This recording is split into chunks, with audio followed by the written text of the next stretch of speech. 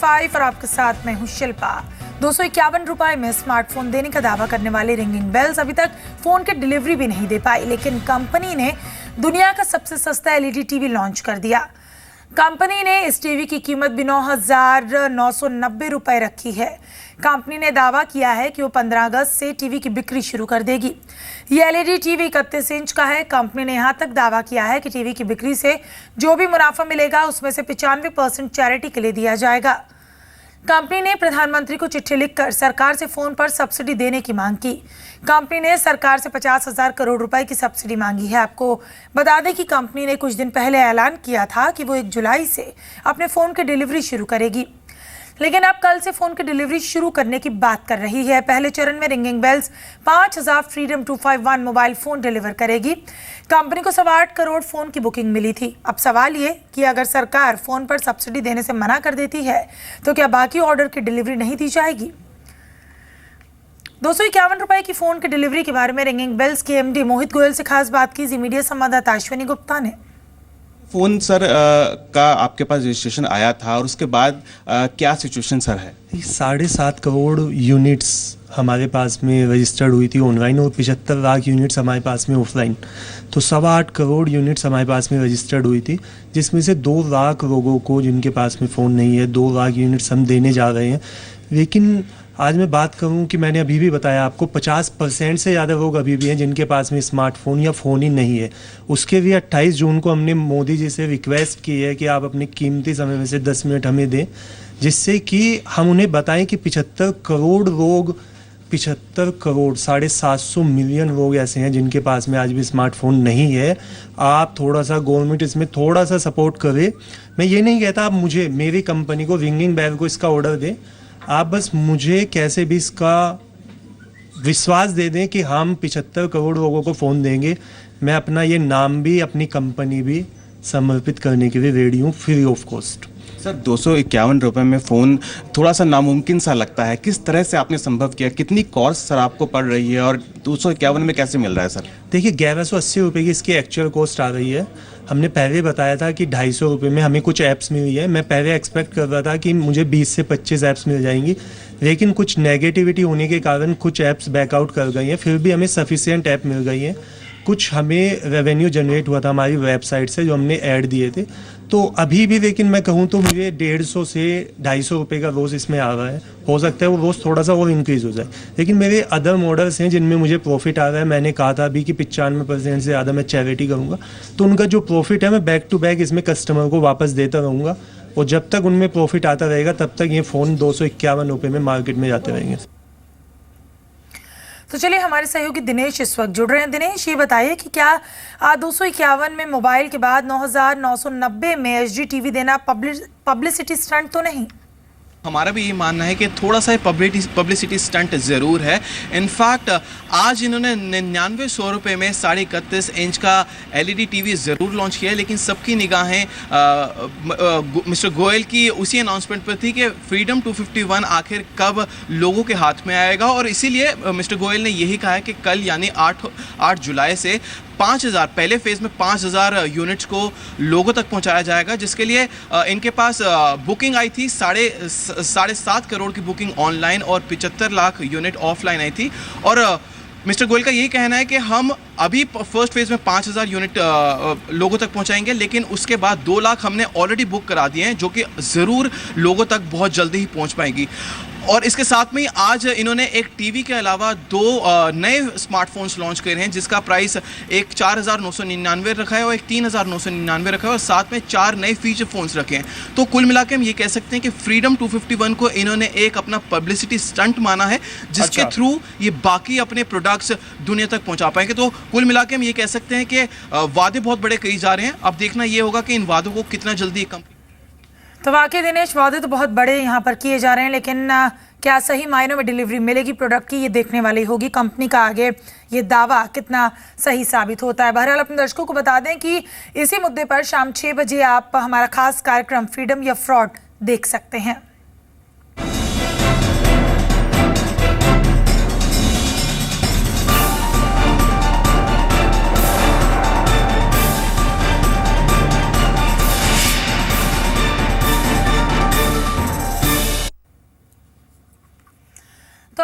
ही बिजली के ब्लैकआउट से छुटकारा मिलने जा रहा है। अब ब्लैकआउट होने की स्थिति में भी आपके घर की बिजली नहीं जाएगी।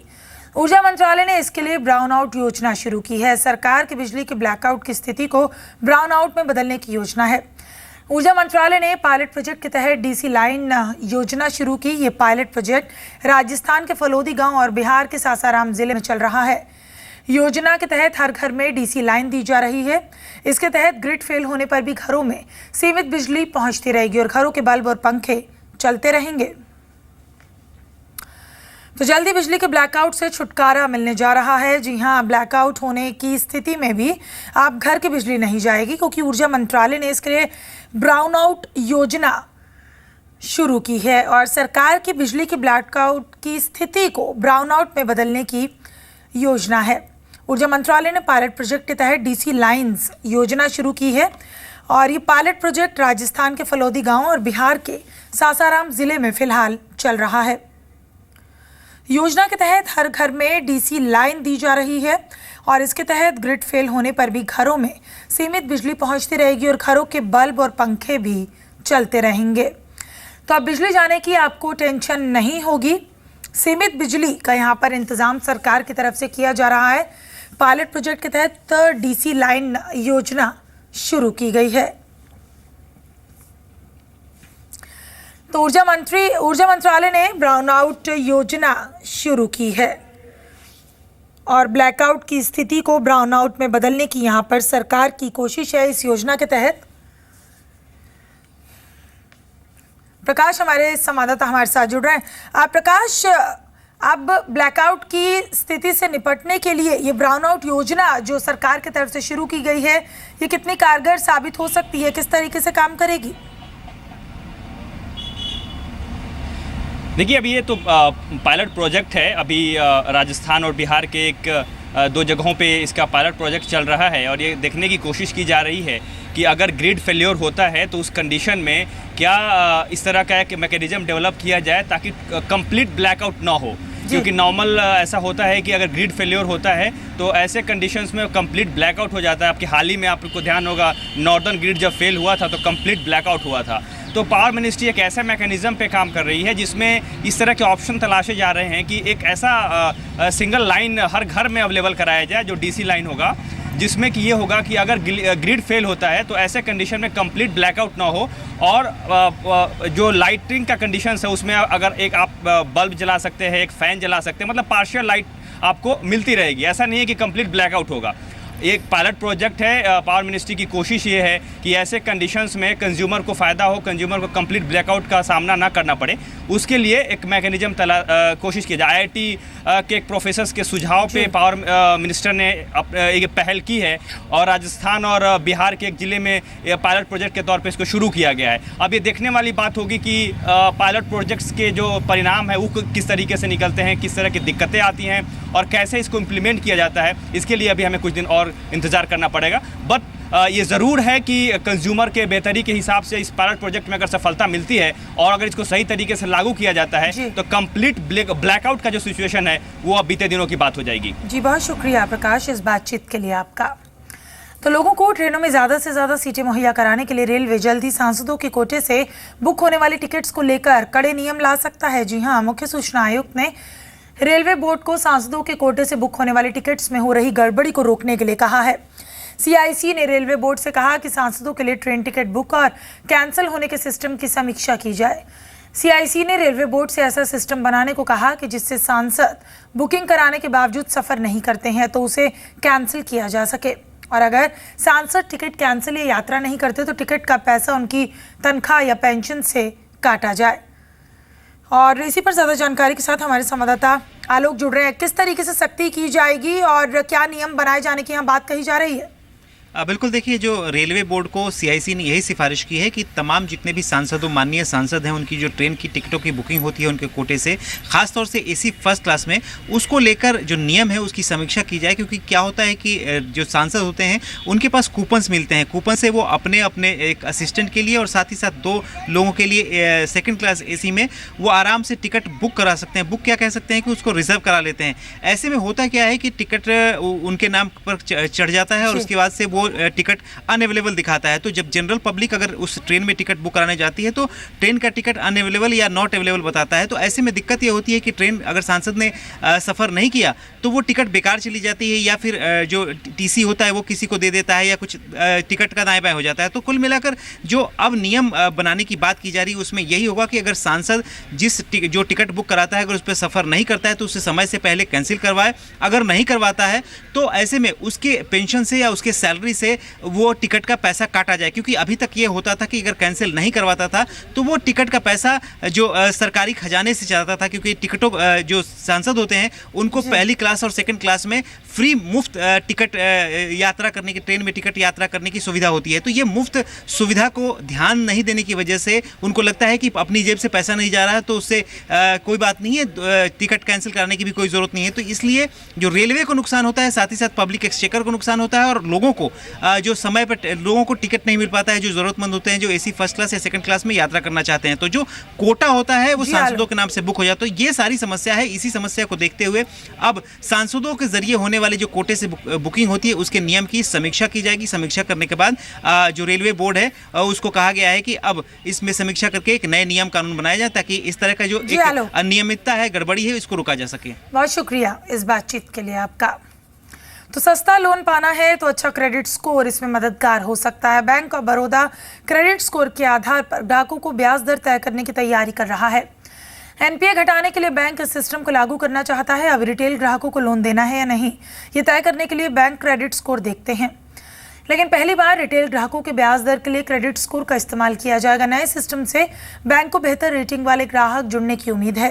बैंक बड़े कॉर्पोरेट ग्राहकों के लिए क्रेडिट स्कोर के आधार पर ब्याज दरें तय करते हैं। आमतौर पर अच्छी क्रेडिट रेटिंग वाले बड़े कॉर्पोरेट ग्राहकों को आधा से 0.25% तक सस्ता लोन मिलता है। आतंकियों के नायक जाकिर नाइक की मुश्किलें बढ़ गई हैं। देश लौटते ही एनआईए जाकिर नाइक से पूछताछ कर सकती है। एनआईए और आईबी ने जाकिर नाइक के खिलाफ जांच शुरू कर दी है। मुंबई में नाइक के दफ्तर की सुरक्षा बढ़ा दी गई। मुंबई क्राइम ब्रांच और एटीएस जाकिर की हर गतिविधि पर नजर बनाए हुए। केंद्र सरकार ने जाकिर नाइक के पीस टीवी का अवैध टेलीकास्ट रोकने की तैयारी शुरू कर दी। कई केबल ऑपरेटर्स इस चैनल को बगैर लाइसेंस दिखा रहे हैं। Zakir Naik Islamic research foundation का संस्थापक और अध्यक्ष है। जाकिर पर दूसरे धर्मों की निंदा कर इस्लाम का प्रचार करने का आरोप लगता रहा।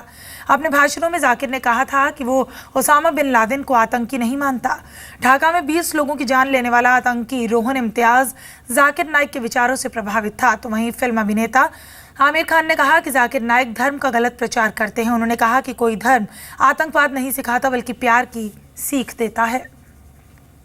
देखिए, जो आतंकवाद फैलाते हैं और जो लोग आतंकवाद करते हैं उनका मजहब से कोई लेना देना नहीं होता, ये मेरा मानना है।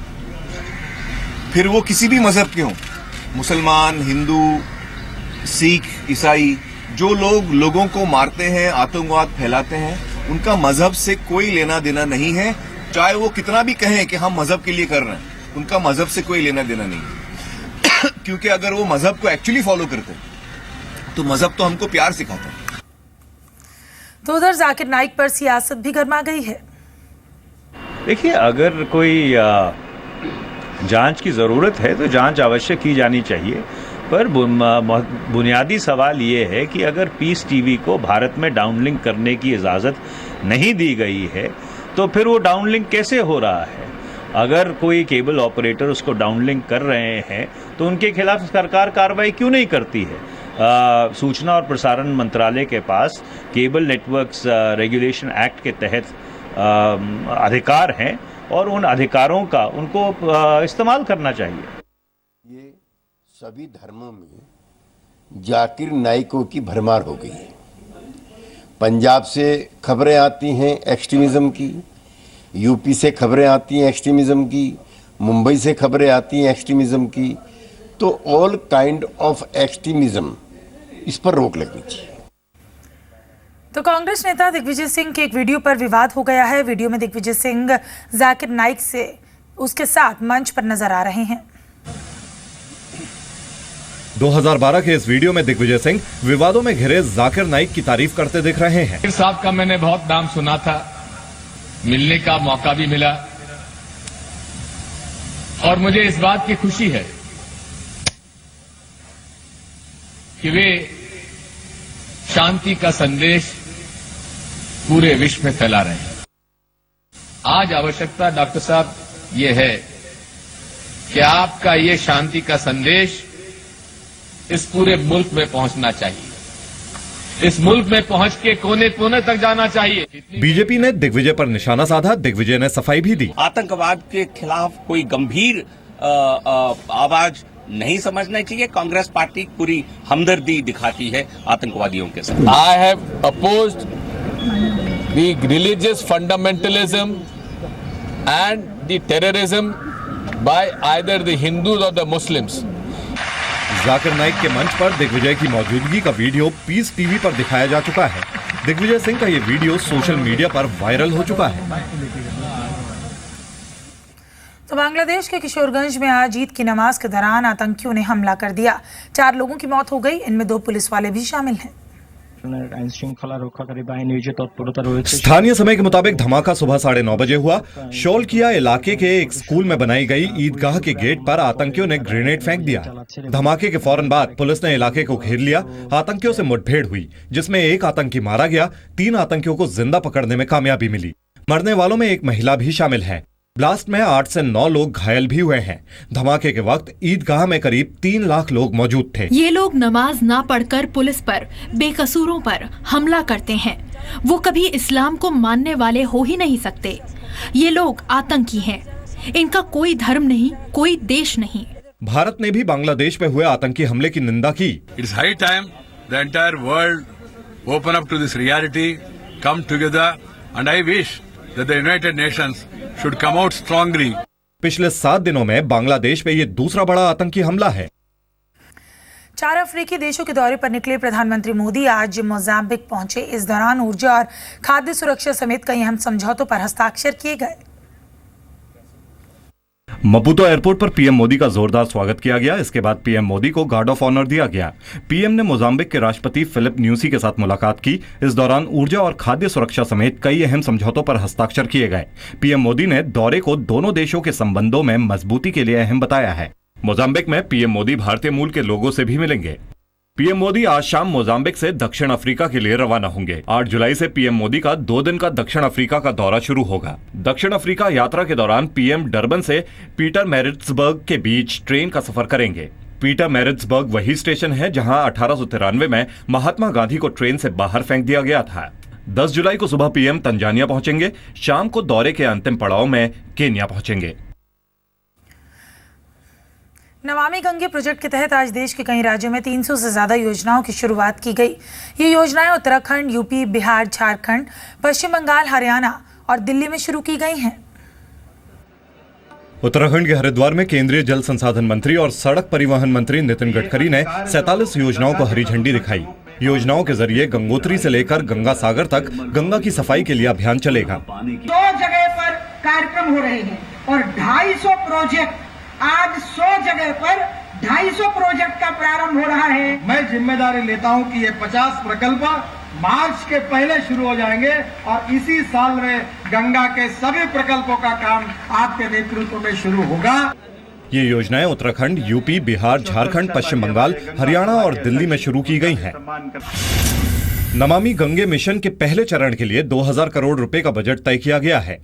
300 से ज्यादा योजनाओं के तहत 2500 किलोमीटर लंबी गंगा नदी को साफ किया जाएगा। योजना के तहत गंगा नदी के सैकड़ों घाटों का सौंदर्यीकरण और आधुनिकीकरण किया जाना है। एक रिपोर्ट के मुताबिक गंगा नदी में रोजाना 1500 मिलियन लीटर नाले का पानी गिरता है। उद्योगों का 500 मिलियन कचरा और हजारों टन ठोस कचरा भी गंगा में बहाया जाता है।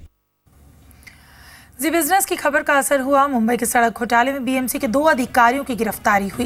पुलिस ने बीएमसी के chief engineer road Ashok Pawar और चीफ इंजीनियर विजिलेंस उदय मुरुडकर को गिरफ्तार किया।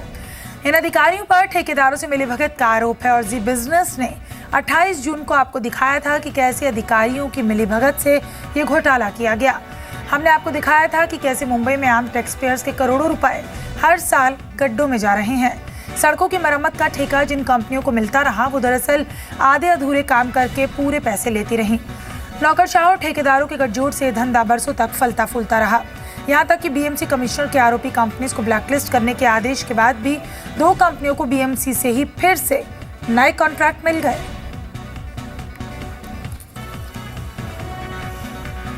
तो फिलहाल न्यूज़ एट 5 में इतना ही। दीजिए इजाजत, नमस्कार।